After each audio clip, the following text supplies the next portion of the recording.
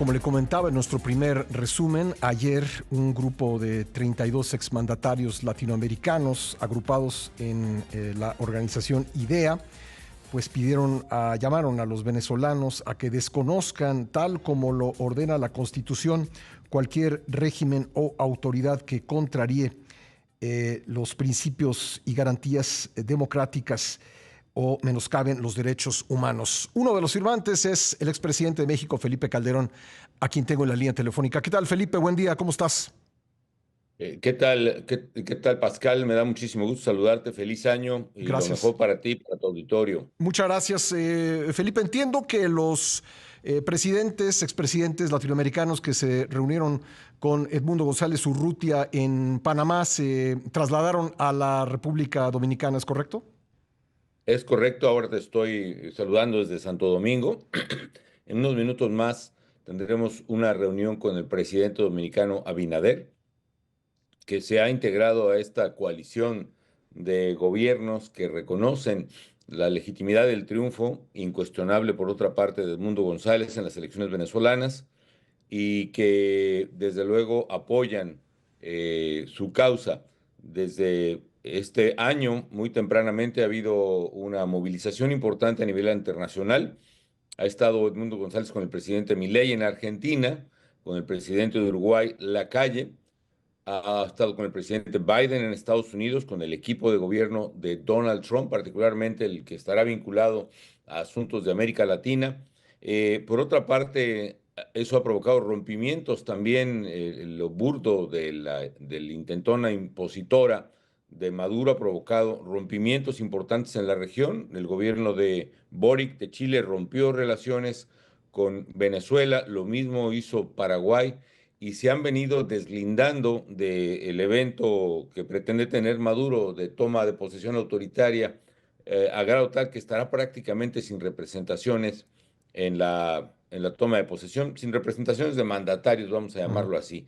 El presidente Petro de Colombia también ha anunciado que no asistirá a la toma de posesión, señala que las elecciones no fueron libres, que el gobierno venezolano no cumplió con su compromiso de exhibir las actas de la elección, que por otra parte han sido exhibidas casi en su totalidad ya por Edmundo González y María Corina Machado. Ayer en Panamá, el gobierno panameño recibió como depositario las actas de los venezolanos que serán resguardadas a Ujú. partir de ayer en el Banco Central de Panamá. Las pruebas, pues insisto, irrefutables, Pascal. Estamos hoy apoyando a Edmundo González nuevamente en la víspera, en la inminencia del cambio de gobierno en Venezuela.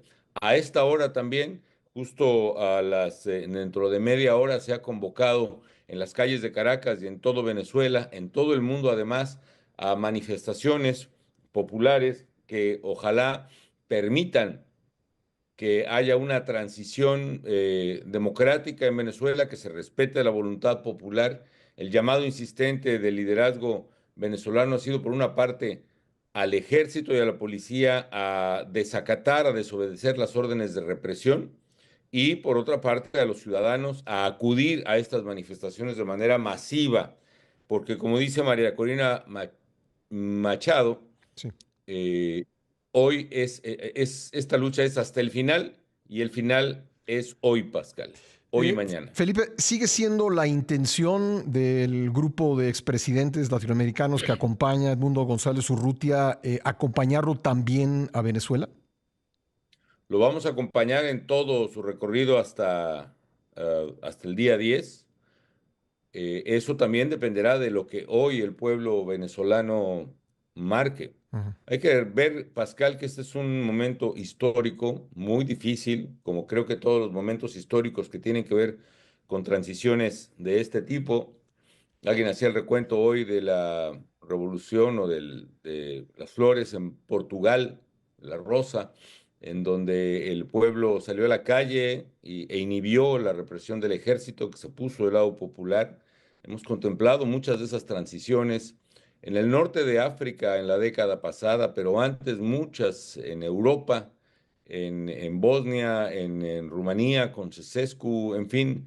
eh, en Filipinas, yo recuerdo, en los ochentas, y vaya, sé que es difícil, pero yo espero que con la presión internacional y nacional, particularmente la de los venezolanos, y ojalá un rayo de sensatez en quienes dirigen a las Fuerzas Armadas y Policíacas en Venezuela, una vertiente patriótica que no es pequeña, que es numerosa, de gente que está harta Ujú. dentro de las Fuerzas Armadas, pueda darse este paso y eso permita que podamos acompañar a Edmundo González mañana, que él mismo pueda acudir a su investidura y que podamos acompañarlo.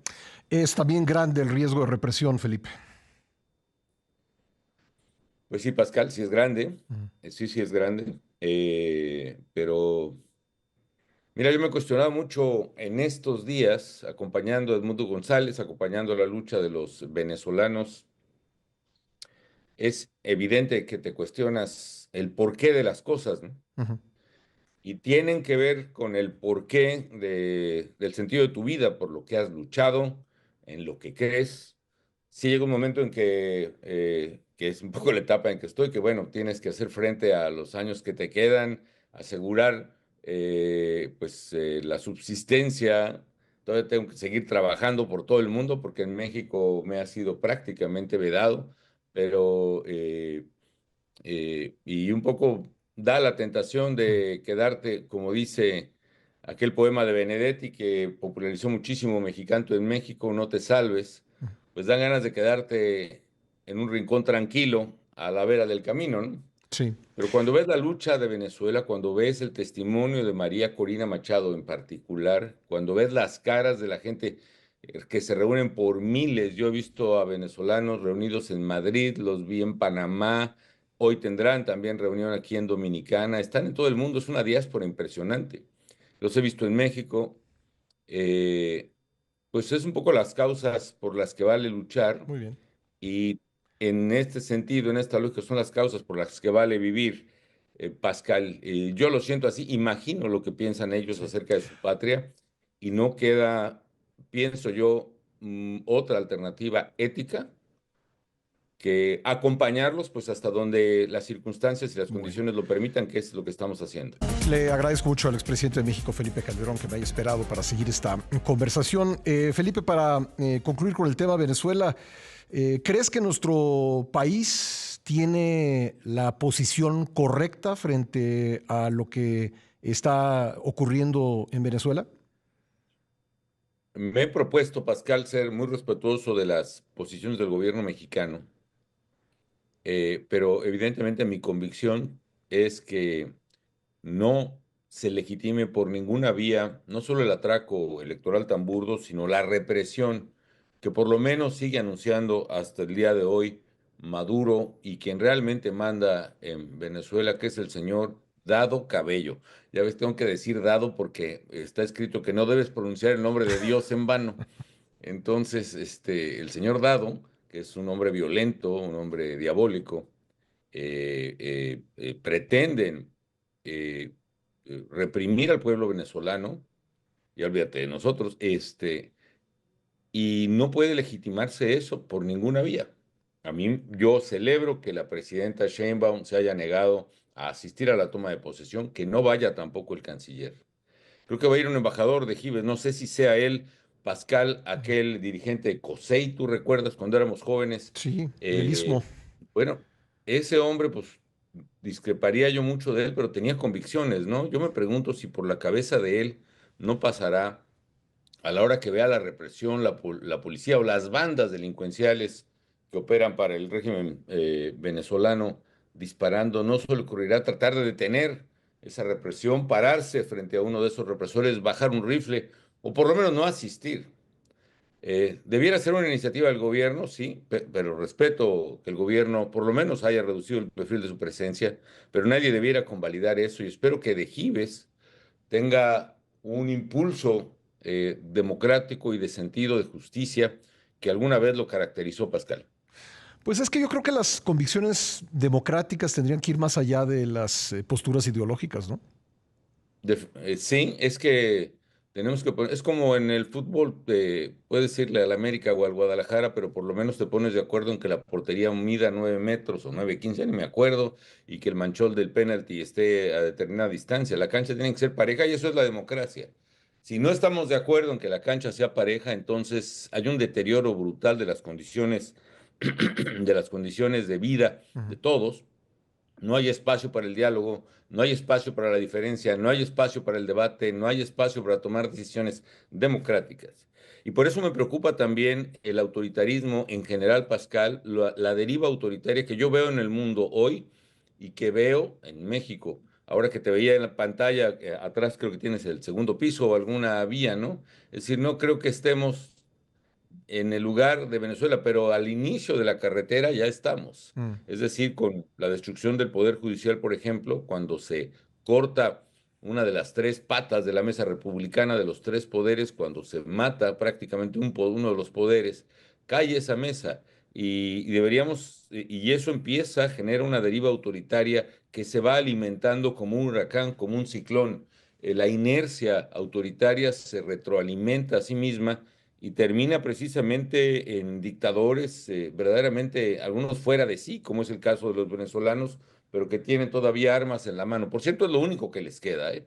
Se ve que en Venezuela no tienen ya ningún apoyo popular, ninguno, que muchas de las brigadas bolivarianas incluso les han dado la espalda, la gente está harta, el sufrimiento por inflación, por pobreza, por marginación, por violencia, lo sufren las propias familias de los soldados bolivarianos o venezolanos, Mm. y a Maduro y al señor Dado solo les queda las armas que traen en la mano y la amenaza a sus propias filas, a sus soldados. Por eso hoy tiene que haber ese quiebre, hoy tiene que haber, ojalá se dé desde el alma y la libertad de los propios dirigentes, tiene que haber un cambio en Venezuela para bien y tiene que empezar un capítulo distinto.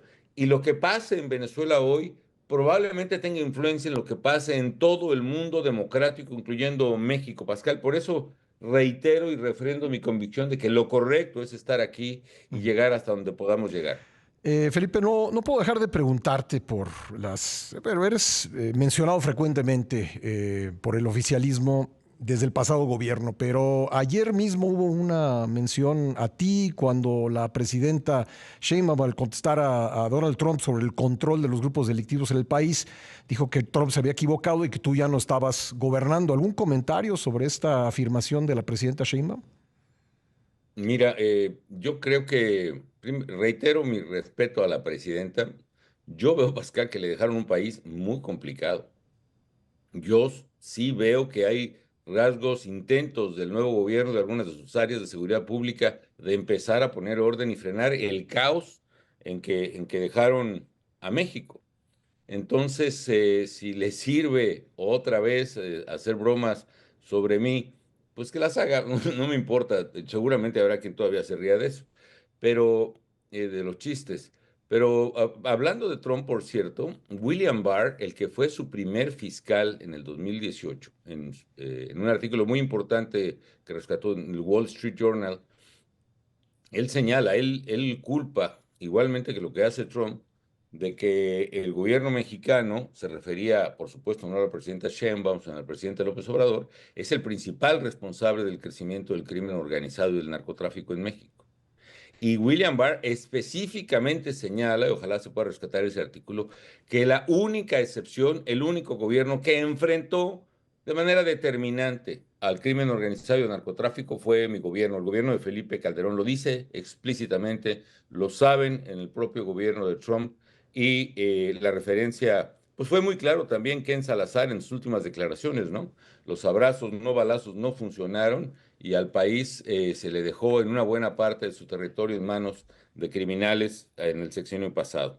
Ese es el comentario que me merece, esa es la Ujú. situación del país y yo hago votos porque la presidenta Sheinbaum pueda tener éxito en el control, a recuperar el control del país, un control que por cierto, que con toda la crítica que se me haga, Pascal, Ujú. hacia el final de mi gobierno habíamos recuperado. Los homicidios iban a la baja, habíamos derrotado al crimen en varios puntos, no en todo el país, pero en Sí. varios, y había tenido éxito los casos de las ciudades más ejemplificativas. Ciudad Sí. Juárez, por ejemplo, la Felipe, para no violencia cortarte el bajó. vuelo, perdóname que te interrumpa porque Sí, viene un corte automático y estamos ya concluyendo la entrevista, pero no quiero sí. cortarte así abruptamente. ¿Puedes esperarme un par de minutos más y concluimos ya la entrevista?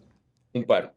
Sí, nada más. Regresamos. Me tengo que ir. Sí, Andy. Regresamos. Gracias al expresidente de México, Felipe Calderón, por mantenerse enlazado. Entonces, Felipe, me decías que, bueno, me mencionabas este artículo de William Barr en el que decía que si algún gobierno había combatido a la criminalidad había sido el tuyo y que, pues al terminar tu gobierno, los homicidios iban a la baja y en ciudades como Ciudad Juárez, pues se respiraba otro clima. En eso nos quedamos. Sí, los homicidios bajaron en Ciudad Juárez, por ejemplo, 83% desde su pico, Pascal. Lo mismo en el área metropolitana de Monterrey, en Tijuana, no con el mismo éxito, pero también bajaban en Acapulco, etcétera. Bueno, mi punto es, para concluir, Pascal, sí, enfrenté al crimen organizado y todo su poder. Fue una de las decisiones más difíciles de mi vida. Y no obstante, lo volvería a hacer, Pascal, porque es lo correcto. No porque dé votos, no porque te haga popular, es lo correcto. Dos, me parece que entonces, y ahora mucho más, el verdadero enemigo de México es el crimen organizado. No son las diferencias ideológicas, no son los ricos o los pobres, es el crimen organizado porque es cruel, porque avanza, secuestra, extorsiona, asesina, lastima a inocentes, desaparece personas, rompe el futuro de México, ataca a los más jóvenes, envenena comunidades, siembra el terror y mil etcéteras.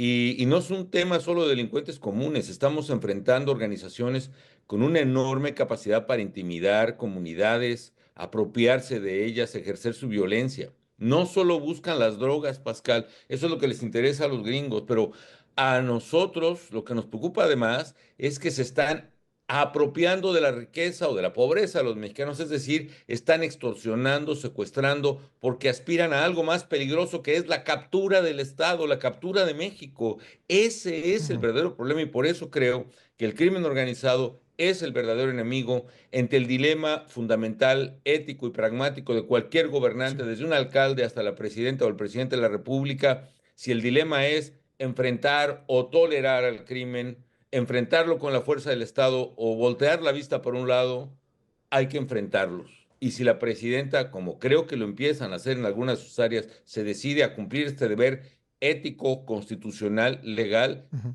de contar con todos los mexicanos. Ojalá haya en el gobierno una política de unidad nacional, un verdadero esfuerzo, porque este enemigo es peligroso, es brutal, es poderoso, se le ha empoderado desde el gobierno mismo durante los últimos 6 años y hay que pararlo, Pascal. Ese es mi punto de vista. Última pregunta, te lo prometo. En tu gobierno se dio la mayor deportación de mexicanos por parte del entonces gobierno de Obama. ¿Cómo lo enfrentaste y qué podrías pues decir cuando probablemente venga otra deportación masiva?